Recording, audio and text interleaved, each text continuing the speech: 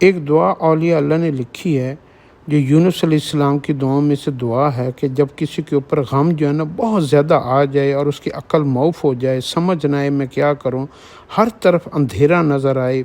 تاریکیوں میں وہ ڈوب جائے، کوئی مدد کرنے والا نہ ہو، کوئی ساتھ دینے والا نہ ہو، دور دور تک کوئی امید کی کرن بھی نہ نظر آئے، سارے ساتھ چھوڑ جائیں، تنے تنہا اکیلا رہ جائے، اور ہر طرف کے جتنی بھی امیدوں کے سہارے دروازے تھے سارے بند ہو جائیں، تو یونس علیہ السلام کی دعا ہے۔ اگر آپ اس کے ساتھ ایک لفظ اور ملا لیں، یا حی یا قیوم لا الہ الا انت سبحانک انی کنت من الظالمین، اس دعا کو آپ کم از کم 100 مرتبہ سے زائد پڑھیں اور ٹھہر ٹھہر کے پڑھیں، سکون سے پڑھیں،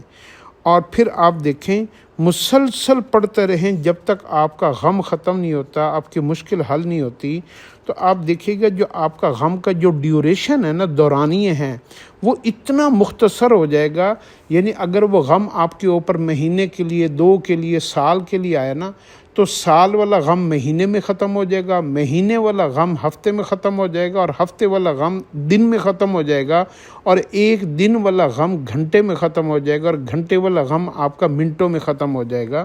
تو یہ ایک نسخہ ہے، اور یہ چونکہ یونس علیہ السلام نے سارے اندھیروں کے اندر سمندروں میں مچھلی کے پیٹ میں جا کر اللہ رب العزت کو اس طرح پکارا تھا، تو اللہ کے وعدے وہی ہیں، اللہ رب العزت بھی وہی ہیں، مانگنے میں ہماری کمی ہے۔